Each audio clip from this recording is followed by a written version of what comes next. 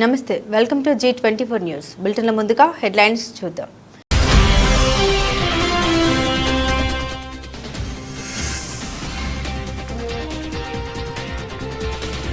అన్ని మతాల్ని అందరూ గౌరవించాలి, మంత్రి నారా లోకేష్ వెల్లడి.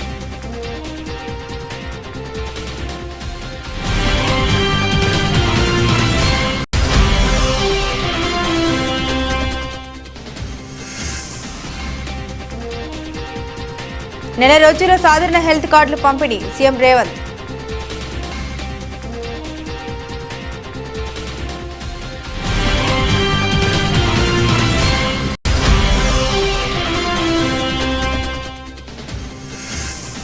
అధికారులు కాంగ్రెస్ పార్టీ నాయకులుగా కార్యకర్తలుగా అత్యుత్సాహాన్ని ప్రదర్శిస్తూ ఉన్నారు. అధికారులకు కేటీఆర్ వార్నింగ్.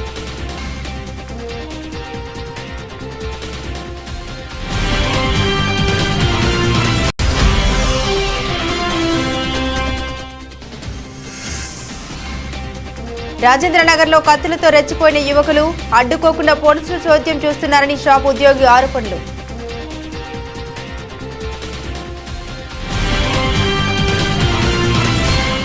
ఇక వివరాల్లోకి వెళ్తే ఎస్టీపీల ద్వారా 100% మురుగునీటి శుద్ధి జరిగిన తర్వాత మూసీ ప్రాజెక్టు కోసం 1,50,000 కోట్లు ఖర్చు పెట్టాల్సిన అవసరం ఏముంది? 1,00,000 కోట్ల వెనుక దాగి ఉన్న మతలబు ఏంది? BRS working president KTR.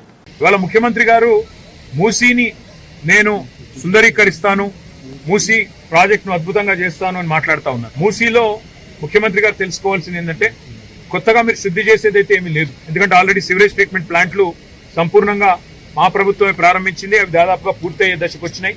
మీరు డబ్బులు ఇస్తే ఇంకో 2-3 నెలల్లో మొత్తం పూర్తయిపోతాయి. మరి 4,000 కోట్లు ఖర్చు పెట్టి మొత్తం 100% సివరేజ్ ట్రీట్మెంట్ అయిపోయిన తర్వాత మరి వాళ్ళ ముఖ్యమంత్రి గారు ఆయన మంత్రివర్గం మాట్లాడుతున్న మాటలు, మూసీ ప్రాజెక్టు కోసం 1,50,000 కోట్లు ఖర్చు పెడతామని ఒకసారి, 50,000 కోట్లు అని మరొకసారి, 70,000 కోట్లు అని మరొకసారి ఏవైతే మాట్లాడుతున్నారో ఈ మాటలు చూస్తూ ఉంటే మాకు అనుమానం వస్తూ ఉంది.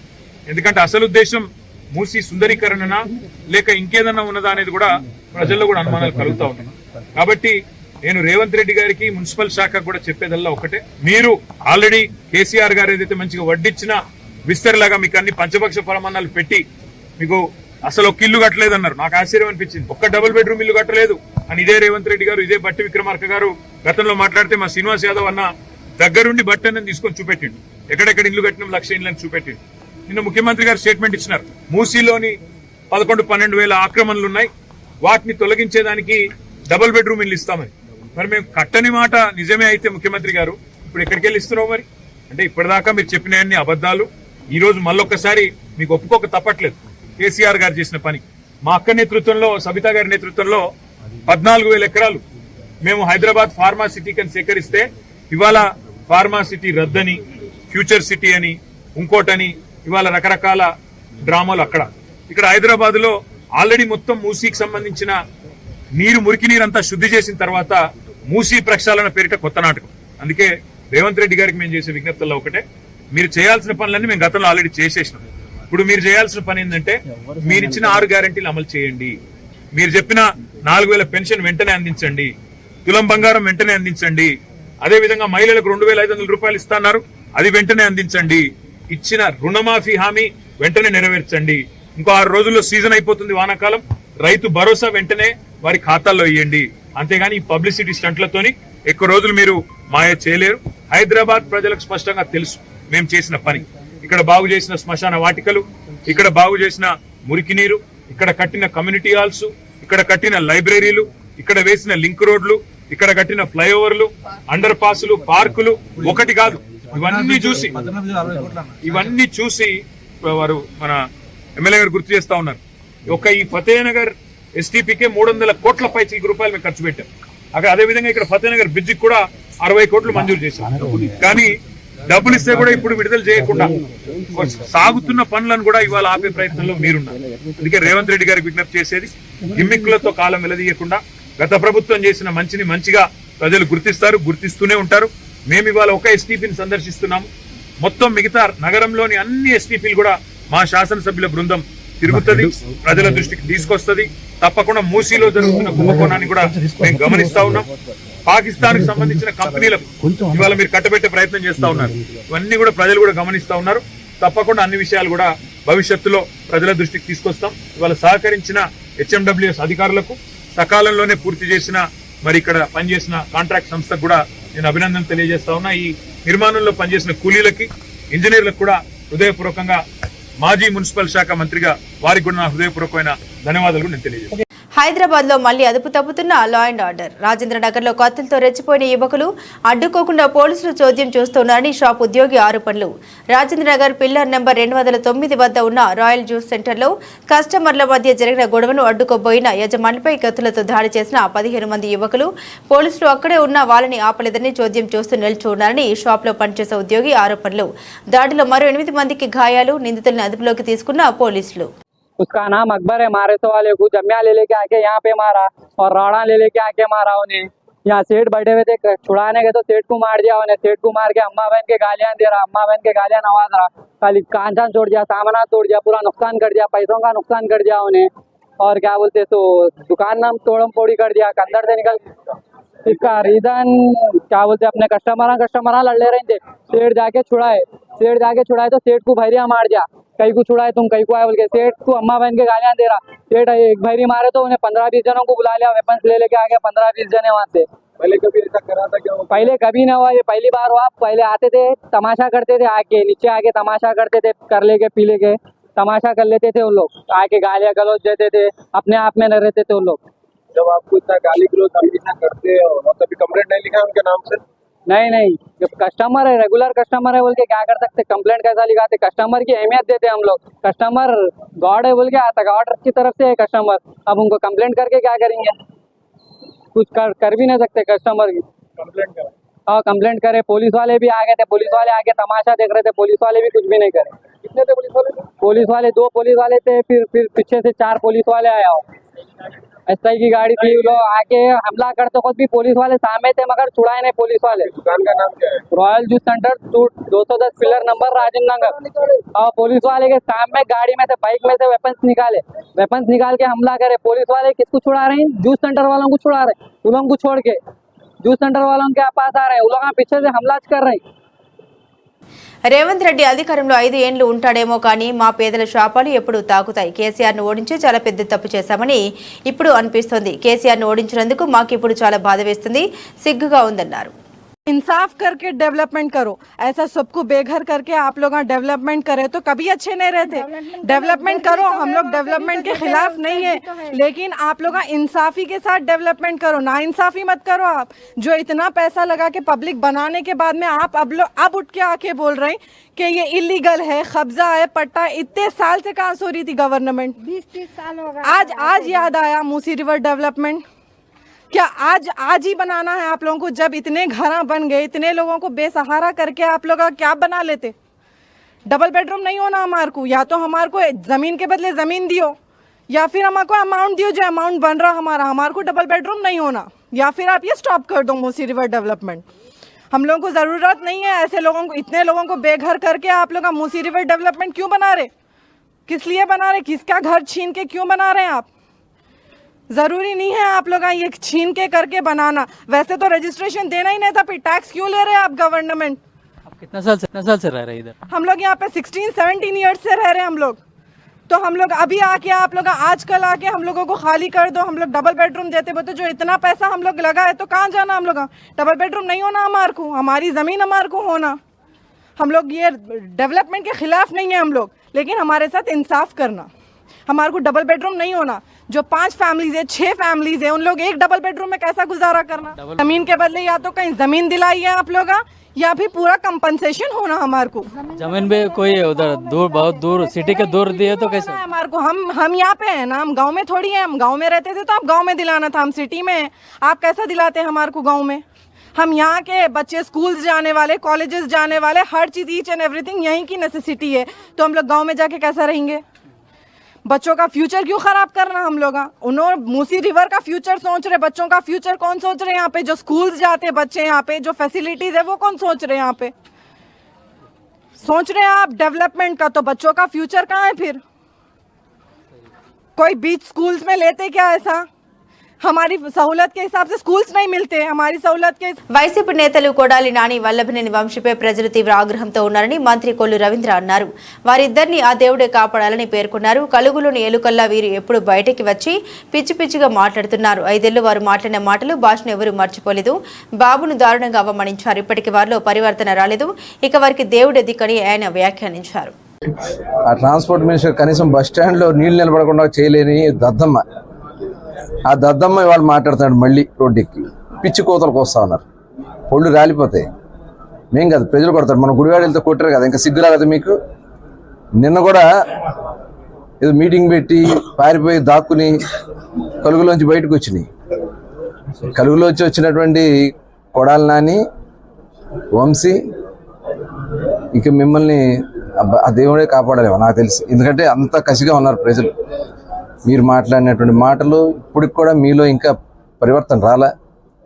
ఒకడు రాజకీయ సన్యాసం అన్నారు, ఒకడు అసలు రాజకీయాల్లో పోటీ చేయమన్నారు. సిగ్గు లేకుండా మళ్ళీ వచ్చి ఇవాళ ఏదో పిచ్చి పిచ్చి వాగుడు వాగుతున్నారు. మీలో నిజంగా నీతి నిజాయితీ ఉంటే ఇవాళ ప్రజలు ఎందుకు తిరస్కరిస్తారు? మీకు ఘోరాతి ఘోరంగా మిమ్మల్ని ఓడికొట్టారే, సిగ్గు లేకుండా ఇంకా భారీ మెజార్టీలు ఇచ్చి జిల్లాలో ఇంకా సిగ్గు లేకుండా పిచ్చి పిచ్చి ప్రవర్తన పేలాపల్లో మాట్లాడుతున్నారు. మీకు అసలు ఏ అర్హత ఉంది? చంద్రబాబు నాయుడు గారి గురించి మాట్లాడే అర్హత మీకుందా? ఫార్మసిటీ కడుతున్నారా లేదా అనేది రేపు కోర్టులో ప్రభుత్వం స్పష్టంగా చెప్పాలి. ఫార్మసిటీ కోసం ఆనాడు సేకరించిన 14,000 ఎకరాలు కండిషన్ ల్యాండ్ అక్విజిషన్ కింద తీసుకున్నాం. అంటే ఫార్మసిటీ కోసమే మేము తీసుకుంటున్నామని ఆనాడు భూసేకరణ చట్టాన్ని జీవోలో పేర్కొంటూ ఫార్మసిటీ కోసం తీసుకున్నాం. ఇవాళ భూములను రియల్ ఎస్టేట్ దందా కోసం, ఫ్యూచర్ సిటీ అనే డ్రామాల కోసం మళ్లించి దాంట్లో నుండి 1,000 కోట్లు నొక్కారనేది ప్రభుత్వం ఆలోచన. ఇది రియల్ ఎస్టేట్ స్కామ్ అన్నారు కేటీఆర్. రేపు కోర్టులో ప్రభుత్వం స్పష్టంగా చెప్పాలి. లక్షలాది మందికి ఉపాధి కల్పించే ఫార్మాసిటీ కడుతుండ్రా లేదా? రెండో మాట కూడా నేను అడుగుతా ఉన్నా, కోర్టు కూడా నోటీస్ చేయాలని చెప్పి కూడా నేను విజ్ఞప్తి చేస్తా ఉన్నా న్యాయమూర్తులకు. ఫార్మాసిటీ ఆనాడు 14,000 ఎకరాలు 7 ఏళ్లు కష్టపడి మేము రైతులను ఒప్పించి మెప్పించి నానా తంటాలు పడి సేకరించిన 14,000 ఎకరాల్లో 64,000 కోట్ల పెట్టుబడులు రావాలని, లక్షలాది మందికి ఉద్యోగ ఉపాధి అవకాశాలు రావాలనే ఒక ఆకాంక్షతోని మేము ఆనాడు ఫార్మాసిటీని ప్రతిపాదించినాం. ఇవాళ నేను న్యాయమూర్తులను కూడా కోరుతా ఉన్నా, దయచేసి మీరు గమనించాలని చెప్పి కూడా వేడుకుంటా ఉన్నా. ఫార్మాసిటీ అనేది 14,000 ఎకరాలు మేము ఏదైతే సేకరించినామో, మూసీ నది పక్కనే బడా రియల్ ఎస్టేట్ కంపెనీ కడుతున్న నిర్మాణాలు పట్టించుకోకుండా పేదల ఇళ్లు మాత్రమే ఖాళీ చేస్తున్నారు. ఇదెక్కడి న్యాయం అని ప్రశ్నిస్తున్న ప్రజలు. ఇది మూసీ వాగండి, మూసీ నది. ఇది మూసీ వాగు పక్కలనే కడుతున్నవంటి రియల్ ఎస్టేట్ ప్రాజెక్ట్. ఈరోజు మూసీ నది సుందరీకరణ పేరు మీద పేద మధ్యతరగతి ప్రజలందరికీ కూడా నోటీసులు ఇచ్చి, మీరు నది రివర్ బెడ్ నుంచి 50 మీటర్ల దూరం ఉన్న వాళ్ళందరూ కూడా మూసీ సుందరీకరణ కోసం మీరందరూ ఇల్లులు ఖాళీ చేసి వెళ్లిపోవాలా, మీ అన్ని ఇల్లులు గుంజుకుంటాయని గవర్నమెంట్ చెప్తున్నది. మళ్ళీ ఇదేంది? ఇది మూసీ రివర్ బెడ్ కాదా? అది మూసీ రివర్ బెడ్లా కడుతున్నవంటి రియల్ ఎస్టేట్ ప్రాజెక్ట్ కాదా? పేదలకు ఒక న్యాయం తెలంగాణలో, సామాన్యులకు ఒక న్యాయమా? ప్రజలకు కనపడదు అనుకుంటురా ఇదంతా? ఏంది ఇది? ఏంది అన్యాయం? ఇదండి నీళ్ళు ఇంకా పారుతున్నాయి. దీంట్లో గండిపేట నుంచి వదిలిన నీళ్ళు ఇవన్నీ చూడండి. అది అదే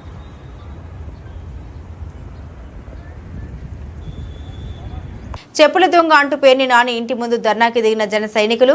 తిరుపతి లడ్డు కల్తీ వివాదం నేపథ్యంలో డిప్యూటీ సీఎం పవన్ కళ్యాణ్ పై పేర్ని నాని అనుచిత వ్యాఖ్యలు చేశారంటూ నిరసిస్తూ మచిలీపట్నంలోని పేర్ని నాని ఇంటి ముందు లడ్డు దొంగ, పేర్ని నాని దొంగ అంటూ జన సైనికులు ఆందోళనకు దిగారు.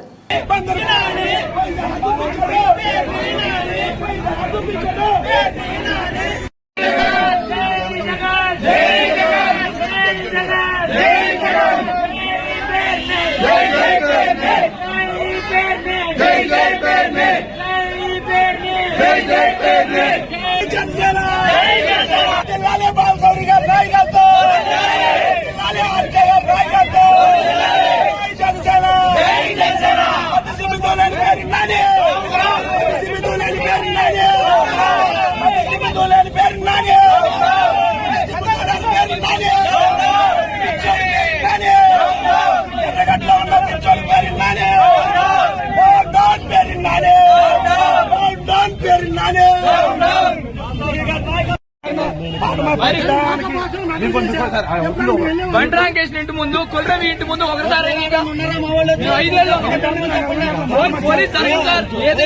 20-30 ఏళ్ల నుండి ఈ ప్రాంతంలో ఉంటున్నాం. ఇప్పుడు వచ్చి ఖాళీ చేయమంటున్నారు.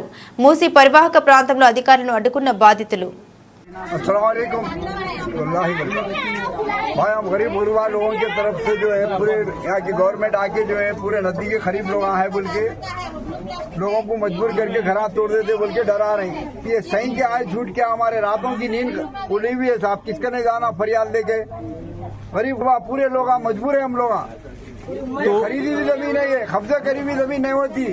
हमारे पास पेपर हैं. कब से रह रहे आप लोग? हम लोग तकरीबन 20 साल से यहाँ पे है साहब. 20 साल से ज्यादा हुआ जी. 20 साल 33 साल हो गया. 20-35 साल से हम लोग यहाँ है साहब जी. 40 साल हो रहा है. वजाहत हमारी है गरीब रहने की वजह से हम लोग जो है इस मुकाम पे है. जब से तो हुकूमत तेलंगाना से क्या चाह रहे? पट्टे उनकी जमीनों के पिपरा है हमारे पास. ऐसा कुछ भी नहीं है. से हम ये चाह रहे कि भाई घर के बदले घर देना, आपको यहाँ से हटा दे तो यहाँ से हटा दिए तो गवर्नमेंट से हम लोग पहले घर देना, उसके बाद हम खाली करेंगे. हमारे को घर बताइए, उसके बाद आपका तोड़म पोड़ी कीजिए. आप लोग डायरेक्ट छोड़ेंगे तो जाना डायरेक्ट छोड़ देंगे तो गरीब गुरबा लोग जाएंगे कहाँ पे साहब? कांग्रेस तो बोली हम लाओ हमारे को, हम जो तुम गरीबों को साथ देती बोली. यहाँ कांग्रेस तो हमारी खबर खोद रही, गरीब लोगों की खबर खोद रही है. हम खास जैसे हमारे घर ले लियो, खाना ले लियो, हमारे घर ले चलिए, मगर हमारे घर दे दो, घर खाली करना. हमारे घर में बच्चे जवान बच्चे हैं. है सकते. अब हुआ क्या? हम गरीब है. यहाँ नदी में उसका से मच्छर आने अब हैदराबाद वाले आए तो क्या बोले आप लोगों को? हम लोगों को घर तोड़े मगर हमारे घर देखो, घर तोड़ना. तो आप लोगों का जो रजिस्ट्री है, पेपर आप पूरे आप लोगों के पास? अब टैक्स भी है. हाँ, तो हुकूमत तेलंगाना से क्या चाह रहे हैं आप लोग?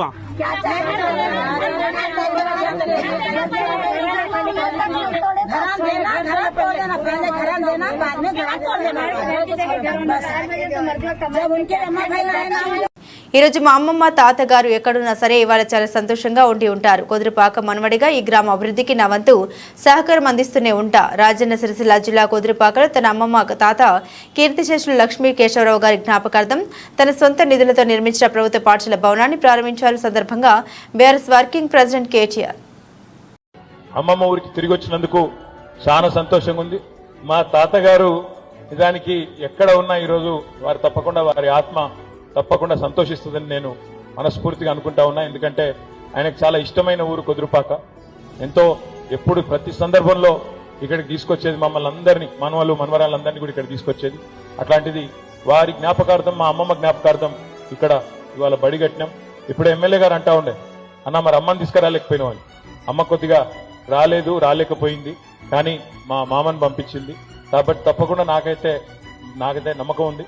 ఆ తాతగారి ఆత్మ ఎక్కడ ఉన్నా, అమ్మమ్మ గారి ఆత్మ ఎక్కడున్నా తప్పకుండా వారు శాంతిస్తారని చెప్పి అనుకుంటూ, ఇంకా ఏదైనా బడికి కానీ కొదురుపాక ఊరికి కానీ కావాలి అంటే సరే, ఇలా నేను ప్రభుత్వంలో లేకపోవచ్చు కానీ తప్పకుండా నా వ్యక్తిగతమైన ఒక మన్మడుగా, కొదురుపాక మన్మడుగా ఎల్లవేళలా కొదురుపాకకు అండగా ఉంటాననే మాట కూడా తెలియజేస్తూ, తప్పకుండా మళ్ళొకసారి ఈ కార్యక్రమానికి సహకరించిన ఎమ్మెల్యే గారికి, అధికారులకి, పిల్లలకి, ఉపాధ్యాయులకి పేరు పేరున అందరికీ కూడా హృదయపూర్వకంగా నమస్కారాలు, ధన్యవాదాలు. గుడి కూడా తప్పకుండా పూర్తి చేసి మళ్ళొక రోజు ఇట్లా నూకుడు దబ్బుడు లేకుండా వేసుకుందాం. ఆ ఒక్క రోజు నూకుడు దబ్బుడు లేకుండా రాజకీయాలకు అతీతంగా కలిసిమెలిసి, గుడి అంటే దేవుడి పండుగ కాబట్టి ఆ రోజు మంచిగా సఖ్యతగా చేసుకుందామని చెప్పి తెలియజేస్తూ, ఆ రోజు గుడి కట్టిన రోజు ఊరోళ్ళందరికీ భోజనం పెట్టించే బాధ్యత కూడా నేనే తీసుకుంటానని చెప్పి కూడా తెలియజేస్తూ, మీరు పెడతారా నేను పెట్టాను? మా మామ భోజనం పెడతా ఉంటాం అతను చెప్తలేడు, నేనే పెడతాను, మీరు బాధపడకూరి. Thank you. జై తెలంగాణ. తన అమ్మమ్మ తాతయ్య జోగినపల్లి లక్ష్మీ కేశవరావు జ్ఞాపకార్థం BRS working president KTR Rajanna Sircilla జిల్లా కొదురుపాకలో తన సొంత నిధులతో కార్పొరేట్కు ధీటుగా అధునాతన సౌకర్యాలతో అద్భుతంగా నిర్మించిన పాఠశాలను నేడు ప్రారంభించారు. పాఠశాలను 2 ఫ్లోర్లలో 18 తరగతి గదులు, వంట గదితో పాటు మధ్యాహ్న భోజనం కోసం డైనింగ్ హాల్, కంప్యూటర్ శిక్షణ కోసం గదులు, చుట్టూ ప్రహరీ నిర్మించారు.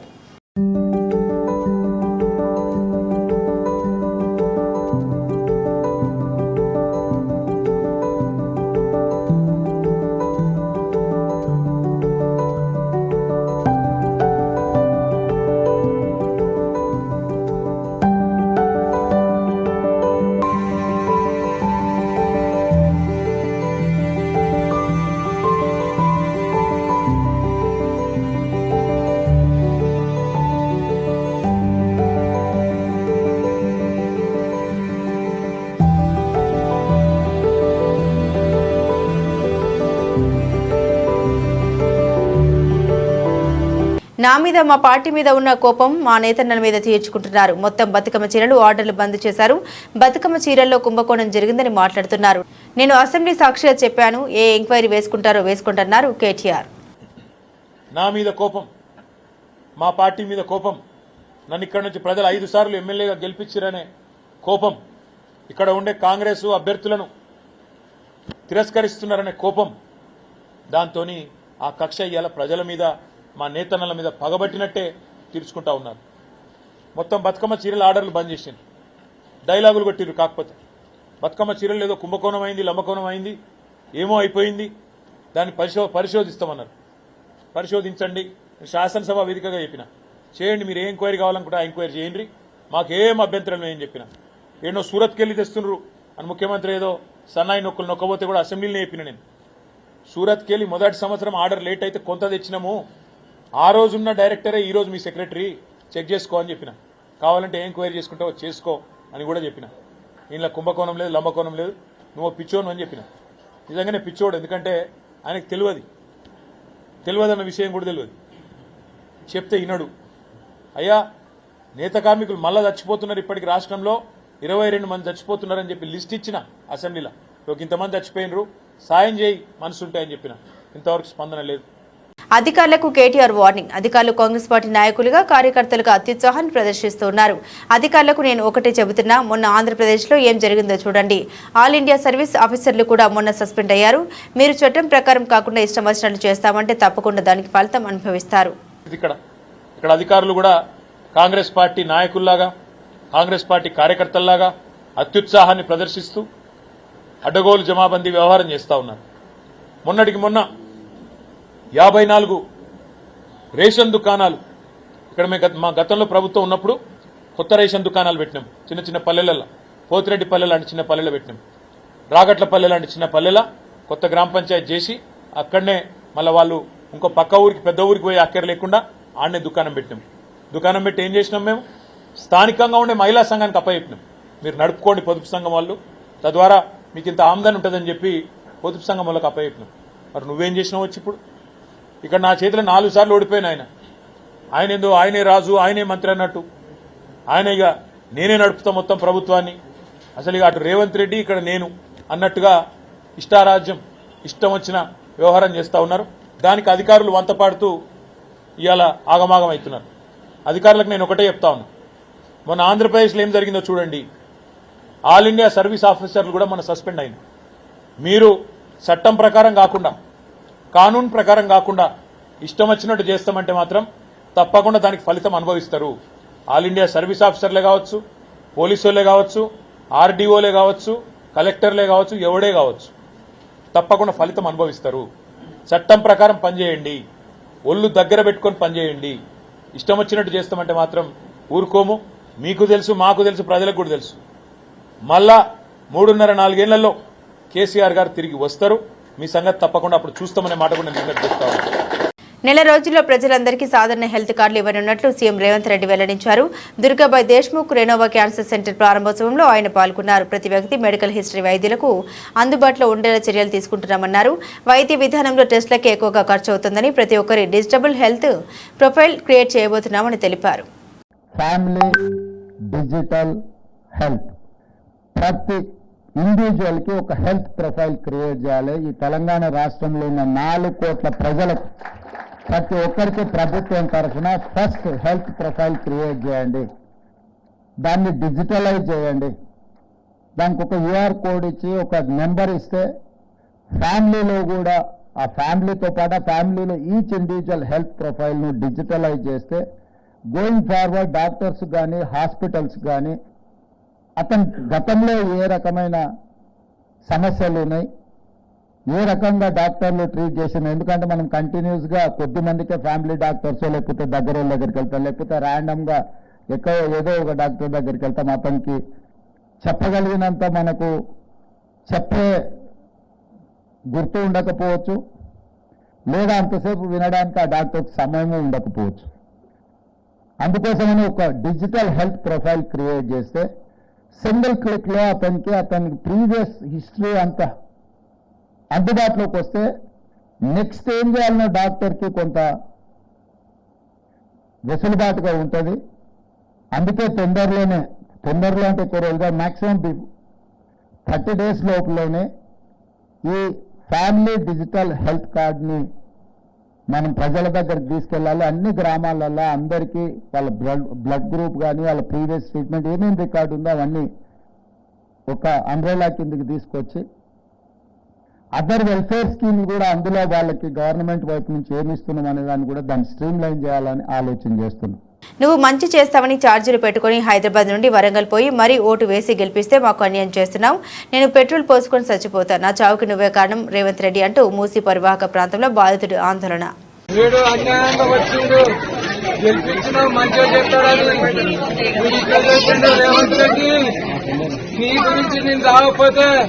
నా అయ్యమ్మ డబ్బుతలే నేను ఎట్లనే చచ్చిపోతా.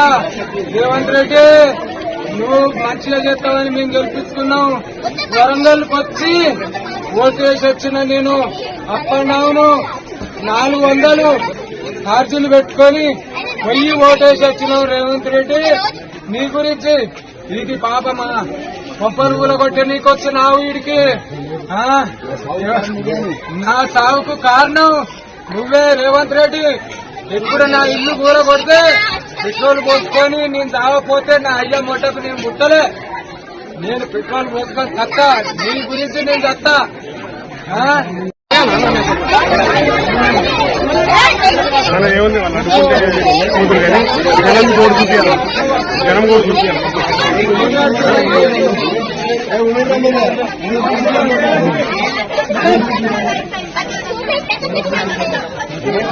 అన్ని మతాల్ని అందరూ గౌరవించాలి. స్వామివారి దర్శనానికి వచ్చే జగన్ నిబంధన ప్రకారం డిక్లరేషన్ ఇచ్చి స్వామివారంటే నమ్మకం ఉందని సంతకం పెట్టి వెళ్లాలి అన్నారు మంత్రి నారా లోకేష్.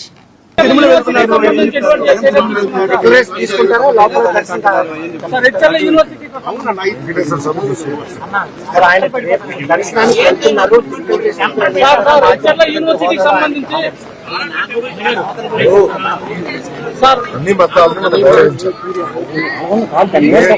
చర్చికి వెళ్తే వాళ్ళ విధి విధానాలు నేను పాటిస్తాను. మసీదుకి వెళ్తే వాళ్ళ విధి విధానాలు నేను పాటిస్తాను. గుడికి వెళ్తే విధి విధానాలు పాటిస్తాను. సో కొన్ని వాళ్ళ విధి విధానాల్లో సంతకాలు పెట్టాలి, కూర్చోవాలన్నది, వాళ్ళ పైన కూర్చోవాలన్నది, మహిళలు ఒక సైడ్ కూర్చోవాలంటారు. అవన్నీ మనం గౌరవిస్తాం, పాటిస్తాం. అది మాజీ ముఖ్యమంత్రి గారు పులివెందుల ఎమ్మెల్యే గారు కూడా పాటిస్తే బాగుంటుందని నేపథ్యంలో ఆయన మాత్రం దీక్ష రూపంలో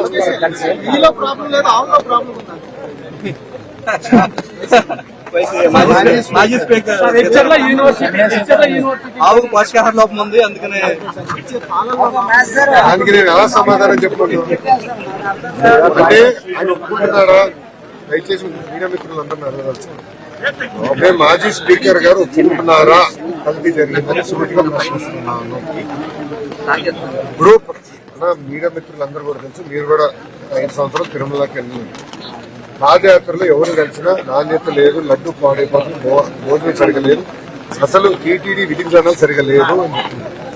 నిన్న మొన్న కూడా వీడియోలు బయటకు వైవి సుబ్బారెడ్డి గారు అన్ని పెంచుదాం, అన్ని ఫీజు పెంచుదాం,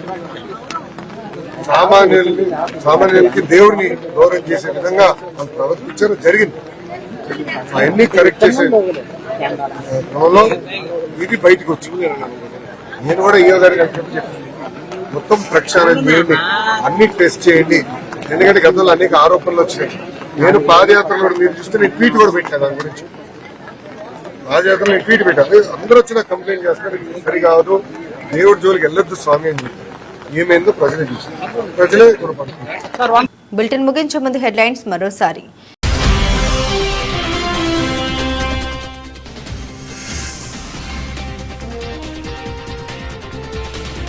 అన్ని మతాల్ని అందరూ గౌరవించాలి, మంత్రి నారా లోకేష్ వెల్లడి.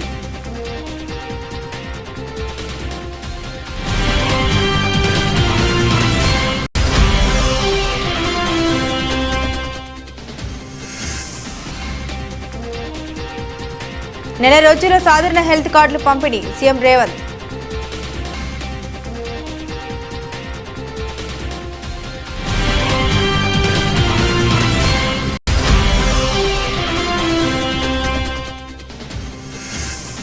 అధికారులు కాంగ్రెస్ పార్టీ నాయకులుగా కార్యకర్తలుగా అత్యుత్సాహాన్ని ప్రదర్శిస్తూ ఉన్నారు. అధికారులకు కేటీఆర్ వార్నింగ్.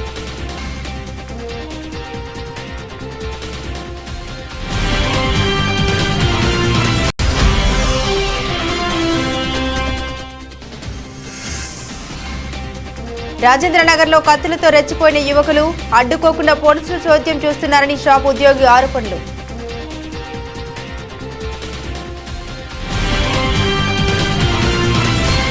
ఇవి బులెటిన్ అప్డేట్స్. మరిన్ని అప్డేట్స్ కోసం చూస్తూనే ఉండండి G24 న్యూస్.